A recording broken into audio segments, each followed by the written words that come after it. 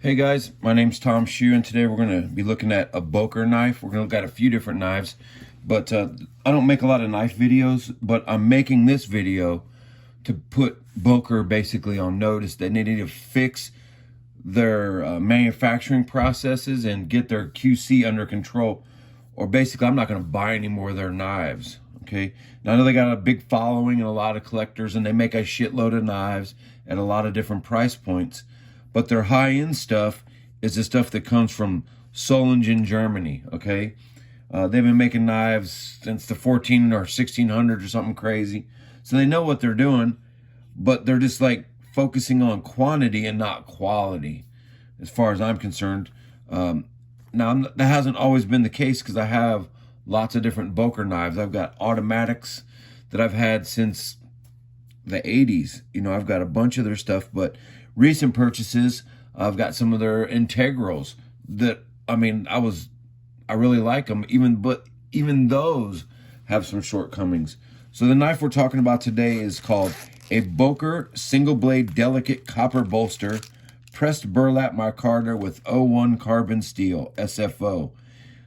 They wanted $145.99 for it. They had it on sale for $99, so I bought it. I thought that was a good deal. And then you see why it's $99.99. So all the knives from Germany, they come in this like rice paper, and this one had a sticker saying, warning, it's carbon steel, not stainless. So, and it was oiled up pretty good. And if you dry the oil off, you can see some of the shortcomings. Now, I'm not going to wipe on the copper at all. And micarta basically is a fabric that's been dipped in epoxy or resin and hardened and used as a substrate, like, you know, wood or metal or whatever, but the scales are burlap. So I'll give you an overall view of the knife.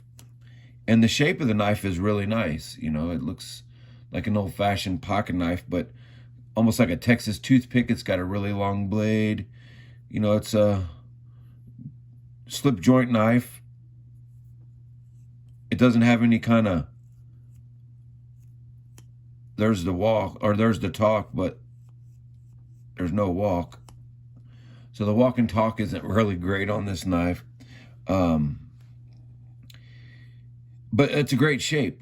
So let's talk about some of these problems that I see with this knife. First of all, let's get out of the way who the inspector is, because this person needs to look for a different job. So there it is right there. Inspector 181. And here's the actual certificate for the knife. Boker single blade delicate 01. That's what this one is.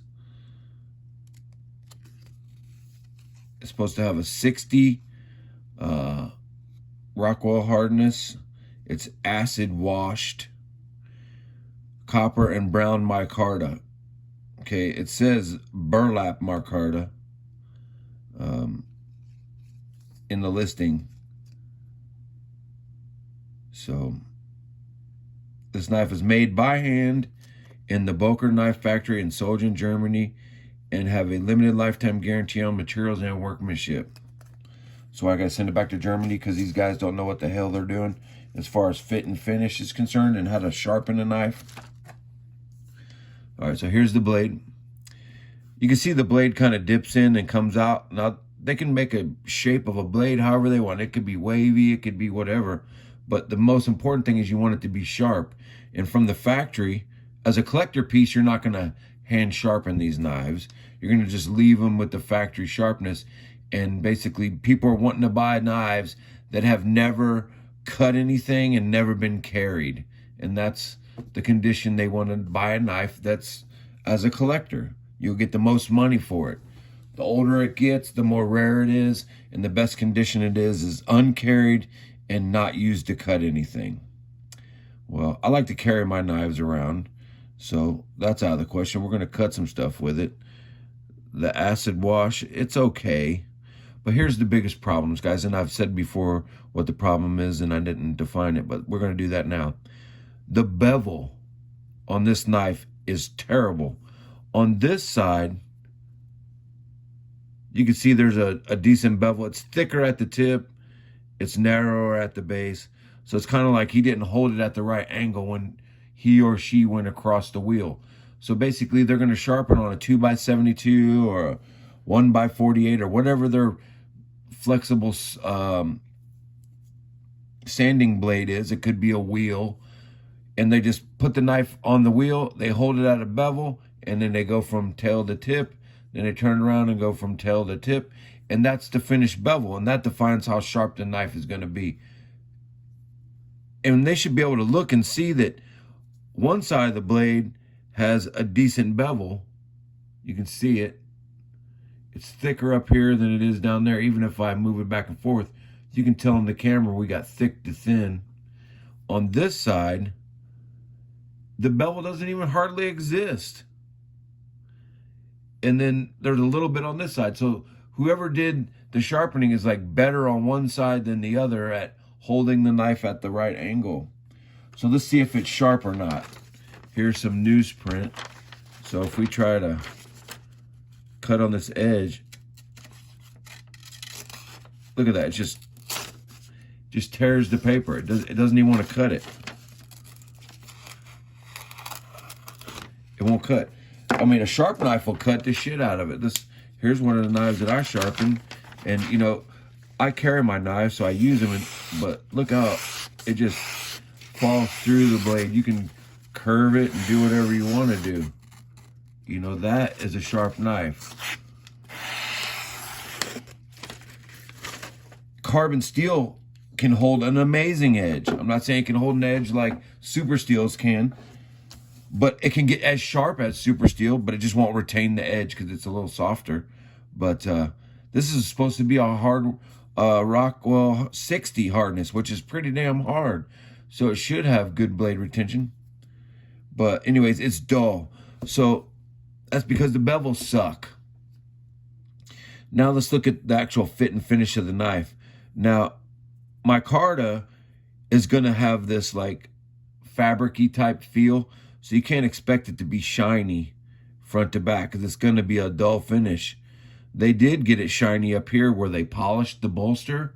So you can see that the finish between the back and the front isn't the same. You'd expect the knife to be the same all the way through. You can see that it's shiny up here and it's dull down here because of the reflection. See that white line? It's called a specular highlight. That specular doesn't run all the way back because it's dull through here. So whatever, that's the bolster.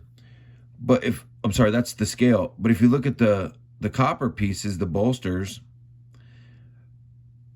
they were originally finished this way. This isn't a polish finish. This is like a satin finish. They finished it as a horizontal grain, and they hit the end too. So this is all fine. But then they scratched the knot out of it. There's a whole bunch of like lines in the copper. You see this, the knife is never going to be as good as it is when it first comes out of the factory. Well, this is already trash. The bevel's gone. You can see that like the stone wash is missed in the hinge point, but the copper finish has got like cross-grained scratches front and back.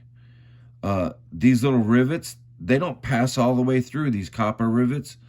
And you can see they use like a Torx bit inside the liner to hold this scale on to the bolster. So it's glued in place with some fake rivets because the rivets don't pass through the copper. I can see it. They make it look like it's supposed to. And then also the liners themselves, they were never finished. There's like these huge scratches running randomly on the inside. Whereas like where they're handling the material, they don't finish it. They don't finish it at all. It's just raw copper. That's not the way they do on all their other knives that I buy that are high end.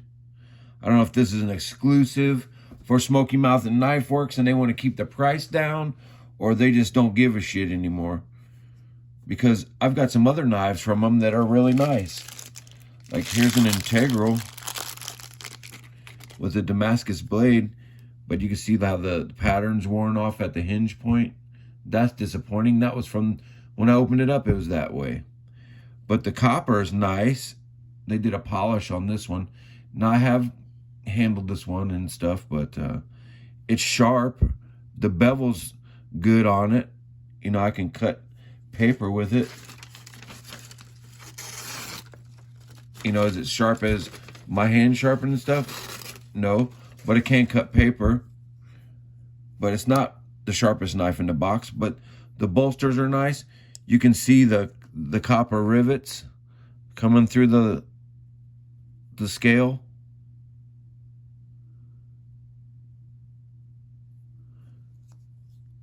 There's another one. Other copper. Beautiful blade. Nice polished blade. So they know how to build a nice knife. They just chose on this knife to not do a good job. The bevel sucks. The fit and finish sucks. There's no walk and talk on it.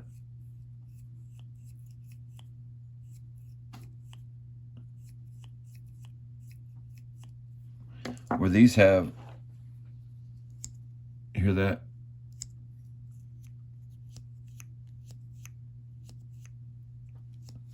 For a slip joint, I have to say that I'm probably not going to buy Boker very much longer. When you can buy the quality of knife for 50 bucks from China, I know this isn't the same kind of knife, but for $50, they've got the liners, everything is polished, radiused beautifully.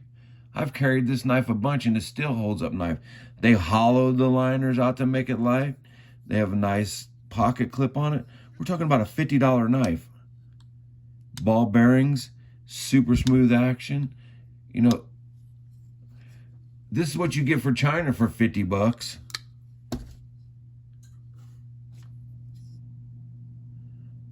It's got a nice bevel on it. Factory bevel is sharp from the factory. It's a nice knife for $50. Compared to something they want for $150, that they can't even put the right bevel on it. You know, it's not sharp. Copper's scratched up inside and out. Looks like the scales are just glued in place.